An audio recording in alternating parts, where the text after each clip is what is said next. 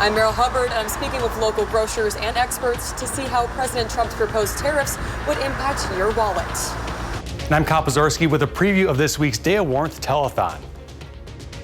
There are Black Americans, Black Wisconsinites who have been business owners, entrepreneurs, civil leaders, educators. Celebrating Black History Month will highlight some of the accomplishments made by the African American community here in Wisconsin. We welcome you to News 3 Now. It's 6. Good evening, everyone, and thanks for joining us. We begin tonight with breaking news out of Beloit. One person has been injured after a shooting this afternoon. Beloit police say the shooting took place near the 1900 block of Wisconsin Avenue. One person has been injured. Officers did not reveal their condition. We'll continue to keep you updated both on air and online at channel3000.com. President Trump says he is going after foreign countries he claims to be abusing Americans with their trade practices. President Trump has confirmed a 1-month delay for the 25% tariff on Mexican imports in the meantime. This came after a call with Mexico's president, where she agreed to ramp up security at the border. Tariffs on Canada have also been paused, with Canada's prime minister promising cooperation at the border as well. The president is scheduled to speak with China's president soon, where tariffs are set to begin there tomorrow. President Trump put a pause on tariffs on Mexico and Canada, countries that give the U.S. a lot of produce and oil. Our Meryl Hubbard spoke with local grocers and experts to see how tariffs would impact your wallet if they resume. If President Trump's proposed tariffs go into play, we can expect to see prices rise in groceries and gas. I spoke with one local grocery store owner who tells me he doesn't want that sticker shock for his customers. I live here. These are my neighbors. I care about my community. Jeff Maurer owns Maurer's Market in the Wisconsin Dells, and he says the idea of tariffs is putting him in a tight spot. I'm aggravated because the last thing our customers need is to have higher prices after the last couple of years. He says he would have to raise prices on produce if tariffs on Mexico are enacted. If there's a 25% tariff on raspberries, it's going to raise it by more than $1 a package. That's a lot.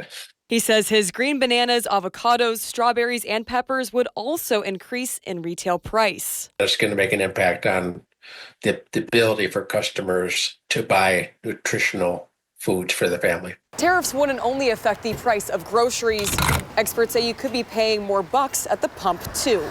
The gasoline we buy comes from refineries up here in the Midwest that get a lot of oil from Canada. UW-Madison economics professor Charles Engel says if the tariff on Canada is unpaused, it would raise the price of oil for drivers. There's not going to be a 10% increase in the price of gasoline, but it might go up 10 or 20 cents a gallon, something like that. While tariffs are in flux for now, grocers like Jeff are hoping they never happen. Hopefully, we can convince our representatives, our congressmen, that we got to do what we can to prevent it from happening.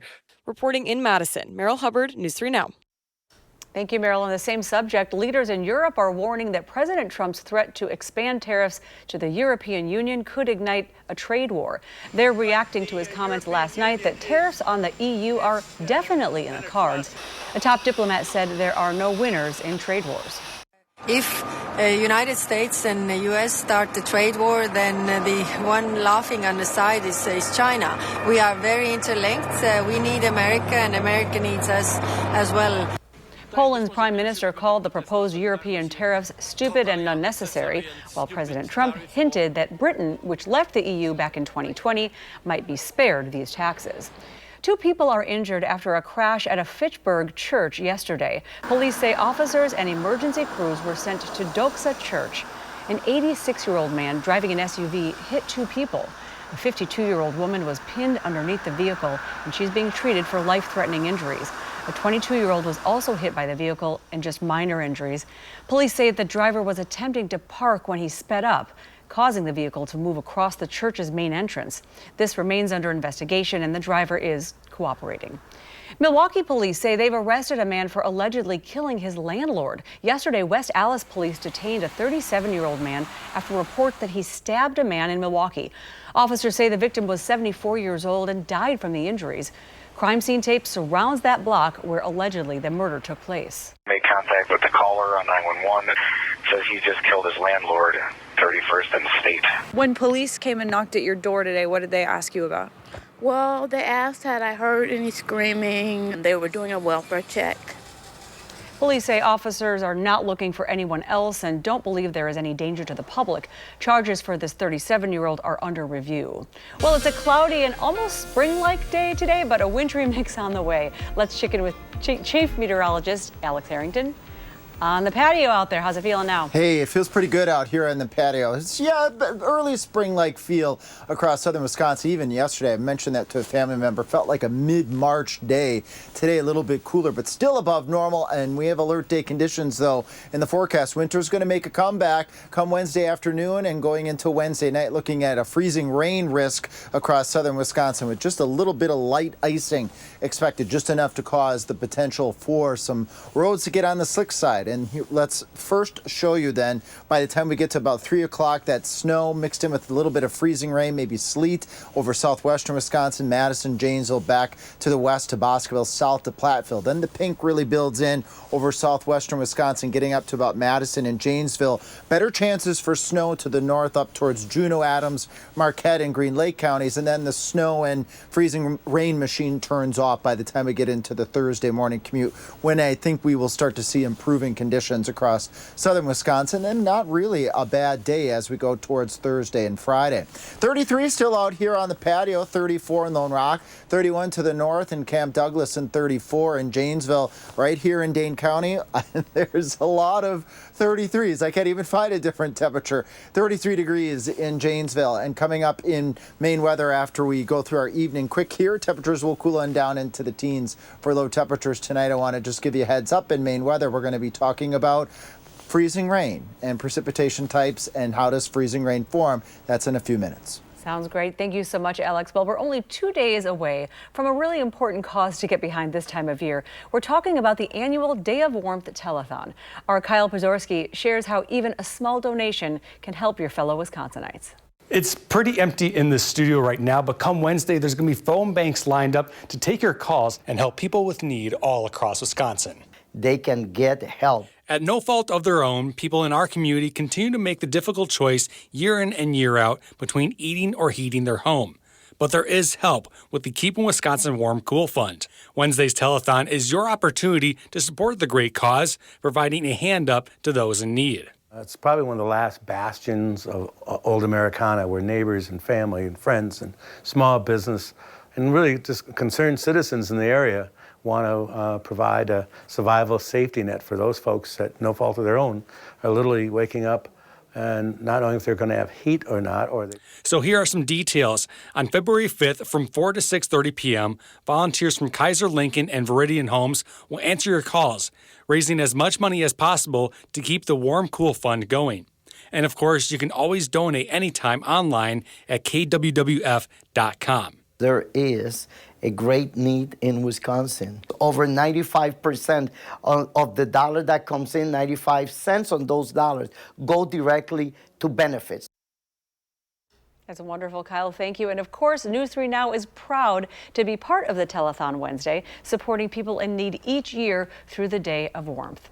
And right now, you can nominate your favorite people, places, and things through Madison Magazine's annual Best of Madison. From now until the end of February, you can pick from a variety of categories to submit nominations. The categories you can see on your screen right there include food and drink, arts and entertainment, home and auto, lifestyle, and health and medical. Nominees can be from anywhere in Dane County, plus cities in surrounding counties. To submit a nomination, you can just head to channel3000.com and click on the Best of Madison icon at the top of the page. Well, later on News 3 Now at 6, alert day conditions in the forecast, as you just heard. And next, honoring Black History Month, the notable contributions made by African Americans throughout the state.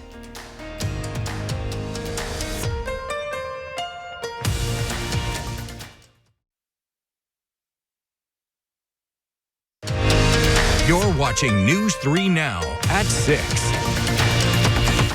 Welcome back, everyone. Here at News 3 Now, we are honoring Black History Month. Every February, people come together to celebrate and focus on the achievements and contributions of African Americans. While it is very hard to name every single person who made a difference in our community, News 3 Now's Kyrian Lee highlights notable achievements of people in Madison and across the state. Throughout Wisconsin's history, you will find notable Black people who have helped positively toward change and paved the way for generations to come. There are Black Americans, Black Wisconsinites who have been business owners, entrepreneurs, civil leaders, educators, nonprofit executives, judges, and you name it across the spectrum. Michael Johnson, president of the Boys and Girls Clubs of Dane County, is among those making a difference in our community. He says while the fight to end slavery and the civil rights movement are an important part of Black history, it goes beyond that. Like Jay Anderson, who was the first Black barber. So you got people like that who have contributed to the economic engine of the city. You look at William Nolan, who became the first Black candidate for mayor back in 1866 and almost got 45% of the ballot votes back then, which was remarkable during the time. For nearly 2 centuries, the Black community has played a part influencing and contributing to the greater Madison area and across the state. You look at 1915, John Hill and his wife opened up the first Black-owned grocery store in Madison. Then you look at Carson Goley, first African-American to have a building named after him. He was a chef back in the 1950s at UW and was the first Black chef in the United States to have their own talk show.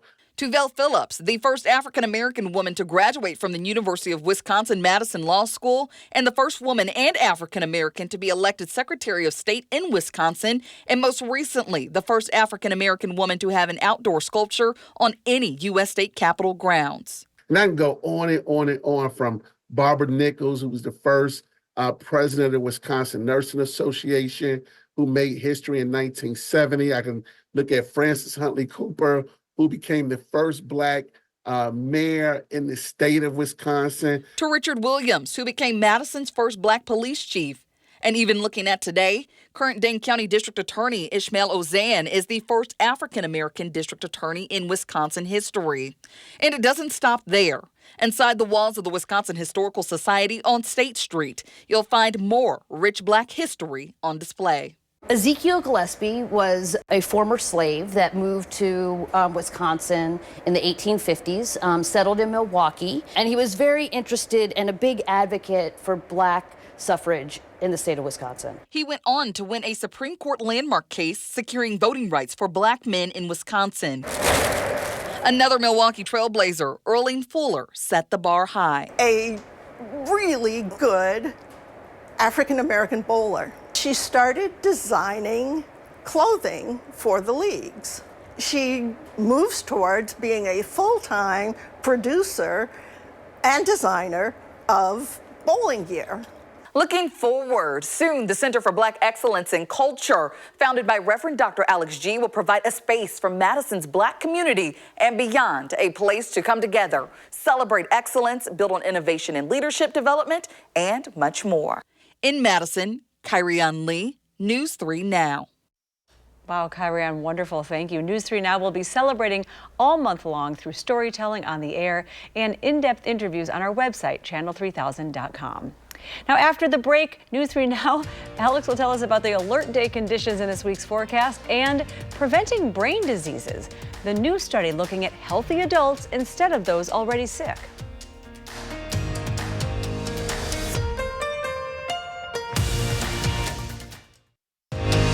You're watching News 3 Now at 6.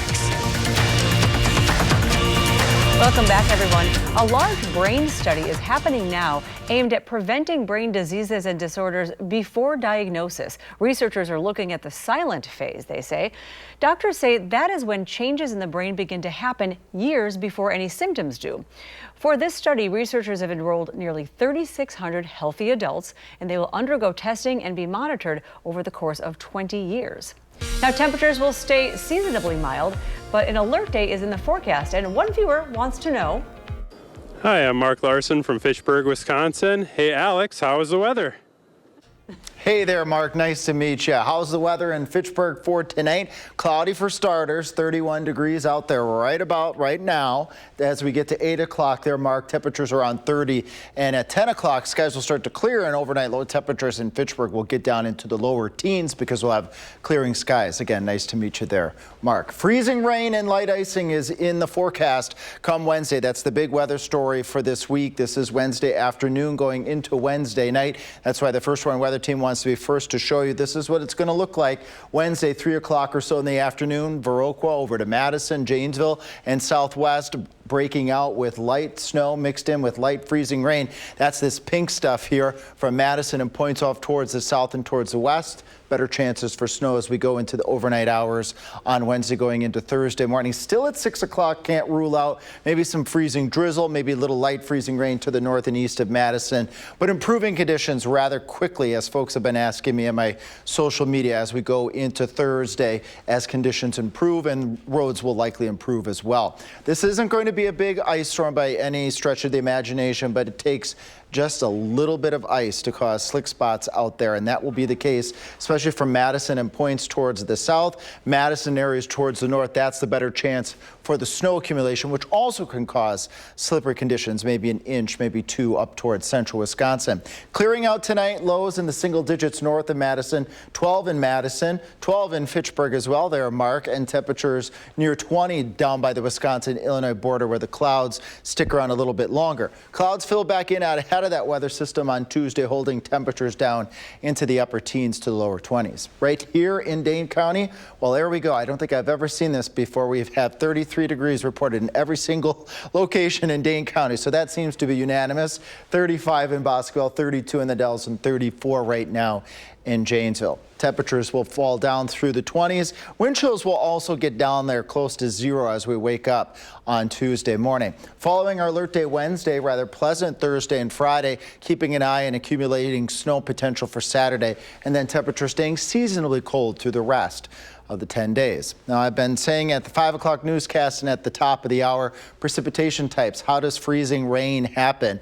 Well, freezing rain occurs when you've got warmer air through the middle and upper parts of the atmosphere, a little bit higher up in the sky. If it stays warm all the way to the ground, you get rain. But as that rain falls into a layer very close to the ground that's at or below freezing, that's how you get that freezing rain. And then if it's all cold from the bottom of the clouds higher up in the sky all the way to the ground, that's how you get sleet and snow. So we're going to have all of these precipitation types: freezing rain, sleet, and snow. Not the rain likely so much as we go on into Wednesday, and it's all because of the temps near the ground and the temperatures above the ground that makes those different precipitation types. And still to come in sports, why they're calling last Saturday's Wisconsin win the Carter Gilmore game. Plus, what the fifth-year senior had to sacrifice to even get to this point. Next on News 3 Now.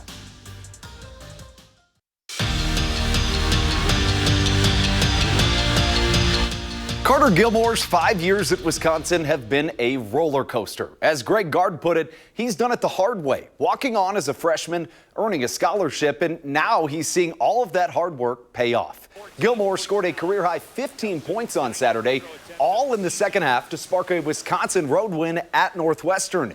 He was the X factor in a must-win game, one that will go down as the Carter Gilmore game. I mean, I think people really don't even know I'm a walk-on again this year, so paying for my school and doing that, that's just how much I love this place. I really am a Badger. I would never go anywhere. Carter's been here through COVID. He's played in front of cardboard cutouts and everything that's, so he's seen a lot in his career. So for him to have those type of moments, obviously you want really good people that have been loyal and worked their tail off in this program to get rewarded. Other Badger news, John Tonje has been named to the Oscar Robertson Trophy mid-season watch list, an award that's given to the nation's top player. Tonje leads Wisconsin in scoring and ranks top 10 in the country in free throws made and free throw percentage. Frank Kaminsky won the award back in 2015. Well, another week, another #1 ranking for Wisconsin women's hockey. The Badgers claim the top spot in this week's USCHO poll after yet another 2-win weekend. And a big part of those wins was the play of Ava McNaughton. The Badger netminder stopped 53 of 55 shots she faced, and for that, McNaughton has been named the WCHA Goaltender of the Week. Well, speaking of hockey, let's go to the men. Tonight is the night, and it's never too late to get over to Pooley's Sports Bar in Madison for this week's live taping at 7 o'clock of our Wisconsin Huddle. Ben Dexheimer, a Wisconsin defenseman, will be our guest. You don't want to miss it. And a trio of Wisconsin football players have been invited to this year's NFL Combine. Hunter Wohler, Jack Nelson, and Joe Huber will look to improve their draft stock during a week-long job interview process in Indianapolis. The Combine begins on February 24th.